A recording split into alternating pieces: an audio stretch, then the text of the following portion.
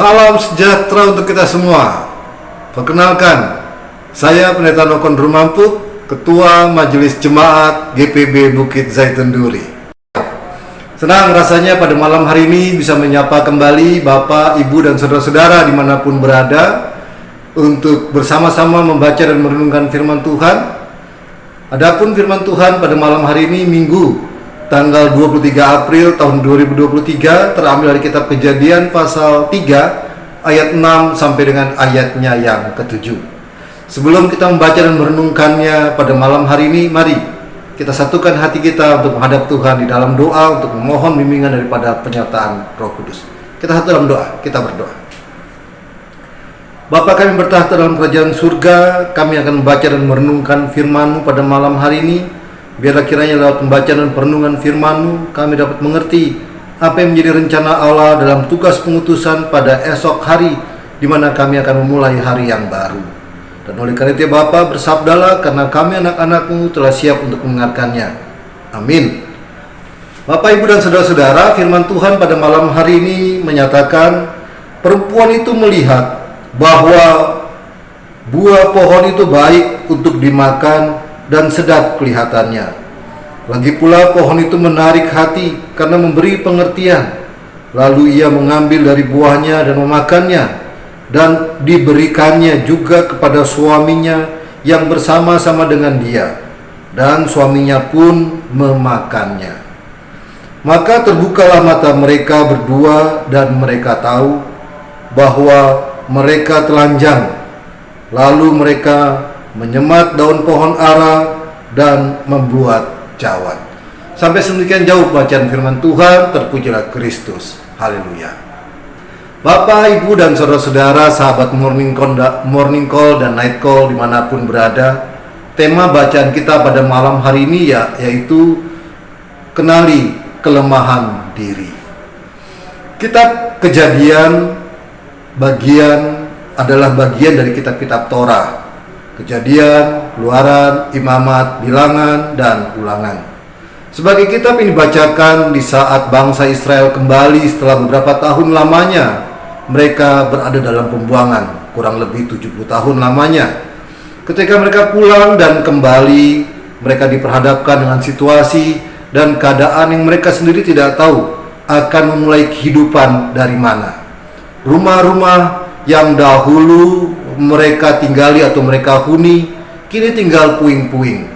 Bait Allah hancur, tembok Yerusalem yang dahulu kokoh melindungi mereka, kini tidak ada lagi.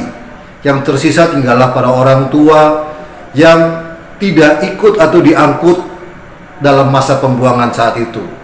Mereka sendiri hidup dalam segala keterbatasan. Dengan dibacanya kitab-kitab Torah, khususnya kitab Kejadian ini, diharapkan umat atau orang-orang Israel dapat kembali mengimani bahwa Allah mereka tetap akan setia kepada mereka jika mereka setia kepadanya. Kejadian pasal 1 sampai dengan Kejadian pasal 2 ayat 1 sampai dengan ayat 4 menceritakan peristiwa penciptaan bumi dan isinya, termasuk manusia di dalamnya, ingin menyampaikan eksistensi Allah di dalam dunia ini. Bahwa Allah menciptakan segala sesuatunya dengan teratur satu persatu. Barulah pada hari yang ke-6 Allah menciptakan manusia laki-laki dan perempuan. Kejadian pasal 1 ayat yang ke-26, di mana Allah menciptakan manusia itu menurut gambar dan rupa kita. Adapun manusia yang telah Allah hadirkan di Taman Eden itu diberikan kuasa atas segala isi daripada Taman Eden itu.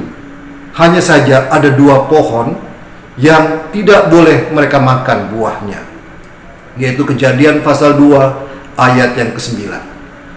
Pohon kehidupan di tengah-tengah taman itu, serta pohon pengetahuan yang baik dan yang jahat. Akan tetapi karena bujuk rayu iblis dalam rupa ular, Hawa pun termakan bujuk rayunya. Salah satu dari 2 pohon yang dilarang oleh Allah, Hawa memakannya, yaitu buah pengetahuan yang baik dan jahat. Dan Hawa melihat bahwa pohon itu baik untuk dimakan, buah pohon itu baik untuk dimakan, sedap kelihatannya dan menarik hati, hingga akhirnya Hawa membuka hatinya untuk iblis hadir di dalam dirinya. Hatinya memberontak terhadap Allah, di mana harapannya ia pun ingin menjadi sama seperti Allah. Oleh karena itu Hawa pun memberikan buah pengetahuan baik dan buruk itu kepada Adam. Adam tanpa bertanya pun memakannya. Mata mereka terbuka dan mereka tahu bahwa mereka berdua telanjang. Telanjang secara harafiah. Apakah selama ini mereka memakai baju atau sesuatu? Tentunya tidak. Telanjang di sini mempunyai pemahaman yang berbeda dengan Kejadian pasal 2 ayat yang ke-25. Mereka keduanya telanjang, manusia dan istrinya itu, tetapi mereka tidak merasa malu. Telanjang. Bagaimana mereka bisa mengatakan bahwa mereka kini telanjang? Padahal saat itu mereka sudah sedang mempergunakan daun pohon ara sebagai penutup aurat mereka. Telanjang di sini adalah dalam kaitannya dengan Allah, bahwa mereka telah kehilangan kekudusan Allah. Hubungan Allah dan manusia sudah ada pemisah, di mana kini manusia sendirilah yang akan menentukan perbuatannya sendiri, yaitu perbuatan baik dan perbuatan jahat, sama seperti buah yang telah mereka makan. Ada dua hal dalam bacaan kita pada malam hari ini yang ingin dicapai. Satu adalah melihat, kedua adalah telanjang. Semua orang bertanya, semua orang tentunya pernah berjalan-jalan. Semua orang tentunya pernah berjalan-jalan di pusat perbelanjaan, di mana segala jenis barang ada, mulai dari ikan sampai dengan mobil-mobil keluaran terbaru. Apakah setelah kita melihat-lihat barang-barang itu, barang-barang yang ada itu, kita harus memilikinya? Tentu tidak. Tentunya tidak semuanya berguna bagi kita. Jangan hanya karena keinginan bukan kebutuhan membuat kita berusaha dengan cara apapun memenuhi keinginan-keinginan itu. Iblis sangat pandai menggunakan sesuatu yang terlihat indah, baik dan menarik menjadi tidak baik. Pada saat kita mempercayai dan bersandar pada logika atau perasaan kita daripada mempercayai perkataan Allah, di saat itulah iblis akan memanipulasi logika atau perasaan kita untuk menghubungkannya pada sesuatu yang jahat. Itulah yang terjadi pada Hawa hingga akhirnya manusia jatuh ke dalam dosa. Begitu juga dengan telanjang. Sulit untuk kita dapat berkata jujur dan terbuka kepada setiap orang. Karena jika setiap orang sudah mengetahui siapa dan apa kita, maka kita akan terbeban dengan persepsi atau cara pandang orang terhadap diri kita. Melihat dan telanjang, sesungguhnya Allah sungguh sudah tahu siapa dan apa kita. Hanya sekarang Allah menginginkan kita terbuka padanya, agar apa yang menjadi kerinduan kita dalam doa dan harapan dapat terwujud nyatakan. Karena kita telah terlebih dahulu melihat karya keselamatan yang dari Allah dalam diri putranya yang tunggal, yaitu Yesus Kristus, yang telah rela mati untuk menebus dosa-dosa kita. Ia adalah adab yang kedua, di mana ia memperlihatkan ketaatannya kepada perintah Sang Bapa, sehingga maut pun tidak mampu merengkuh dirinya. Dan oleh karena itu Allah menempatkan dia di sisinya. Dan kini Roh Kuduslah yang menuntun kita. Roh Kuduslah yang menyertai kita untuk kita tetap dapat setia kepada Allah yang adalah sumber kehidupan itu. Oleh karena itu, kenalilah kelemahan dirimu, agar engkau tidak mudah dipengaruhi oleh rupa-rupa ajaran yang ada di dunia ini. Efesus pasal 4 ayat yang ke-14 menyatakan, sehingga kita bukan lagi anak-anak yang diombang-ambingkan oleh rupa-rupa angin pengajaran, oleh permainan palsu manusia dalam kelicikan mereka yang menyesatkan. Demikian pembacaan firman Tuhan pada malam hari ini. Kita aminkan firman Tuhan pada saat ini. Mari Bapak, Ibu, dan saudara-saudara dimanapun berada, mari kita satukan hati kita untuk menghadap Tuhan di dalam doa. Kita berdoa. Tuhan, kami telah membaca dan merenungkan firman-Mu. Ajarlah kami untuk mengerti apa yang menjadi rencana Allah di dalam kehidupan keberimanan kami, agar kami tidak mudah diombang-ambingkan oleh berbagai macam ajaran, oleh tindak atau perilaku daripada orang-orang yang ingin menyesatkan, atau para pengajar-pengajar sesat, atau bahkan mereka-mereka yang senang melihat orang-orang yang mengaku percaya kepada Allah hidup menderita. Dan oleh karena itu ya Bapa, di dalam doa kami mohon padamu, berkatilah mereka-mereka yang sungguh-sungguh taat, mereka yang sungguh-sungguh melakukan apa yang menjadi kehendak Tuhan di dalam diri mereka, untuk akhirnya hari demi hari yang akan mereka lalui, mereka dapat melihat terang kasih Allah terjadi di dalam diri mereka.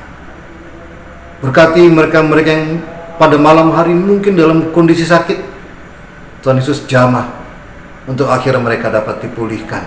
Mereka-mereka yang bergumul dalam kehidupan rumah tangga, Tuhan Yesus hadir di tengah-tengahnya.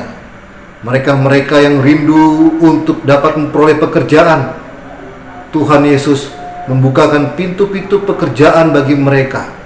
Dan saat ini kami juga mengingat akan saudara-saudara kami yang mengingat rayakan hari kemenangan mereka.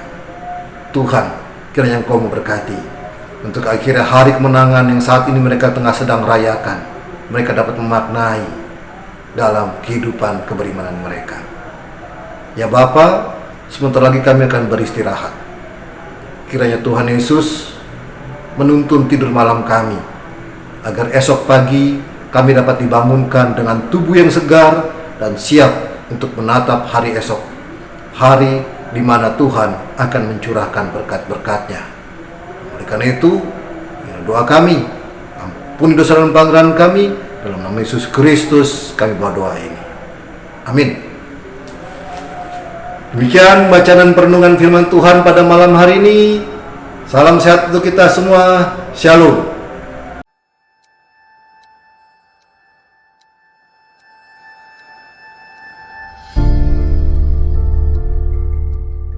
Tuhan Allah mengambil manusia itu dan menempatkannya dalam Taman Eden untuk mengusahakan dan memelihara taman itu. Demikian firman Tuhan berdasarkan Kejadian 2 ayat 15. Tuhan menginginkan agar manusia memelihara Taman Eden, alam ciptaannya yang indah itu, untuk kelangsungan hidup manusia.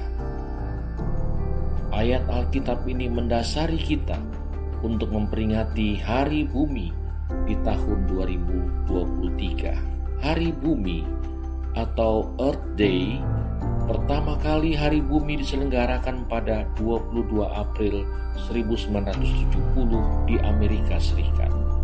Hari Bumi muncul dari keprihatinan akan masalah lingkungan hidup, seperti pencemaran atau polusi udara dan kerusakan lainnya yang terjadi di bumi ini. Tahun ini, kita ingin lebih lagi terhubung dengan bumi, dengan bertanggung jawab untuk kelangsungan dan kelestariannya. Tema Hari Bumi di tahun 2023 ialah Invest in Our Planet. Kita membutuhkan investasi sekarang agar ada masa depan yang penuh damai sejahtera dan adil menjadi kenyataan. Setiap manusia di bumi ini, juga kita warga gereja, harus mengambil tindakan terhadap krisis yang terjadi di bumi yang kita tinggal ini. Planet bumi adalah tempat yang indah dan menakjubkan. Tuhan telah menganugerahkannya kepada kita. Kewajiban kita adalah untuk memelihara dan melestarikannya. Melalui tema Hari Bumi, Invest in Our Planet, setiap orang dan kita seluruh warga GPIB merayakan Hari Bumi untuk membangun kesadaran melindungi bumi kita ini dari polusi, limbah, kerusakan hutan, bencana alam, dan krisis iklim. Sebagai gereja, GPIB bersama masyarakat bangsa bertanggung jawab untuk mengambil tindakan nyata melawan krisis iklim dan menjadi pilar utama untuk mempercepat perubahan menuju masa depan yang hijau, lestari, dan sejahtera untuk kelangsungan hidup bumi kita ini dan kehidupan masa depan anak bangsa.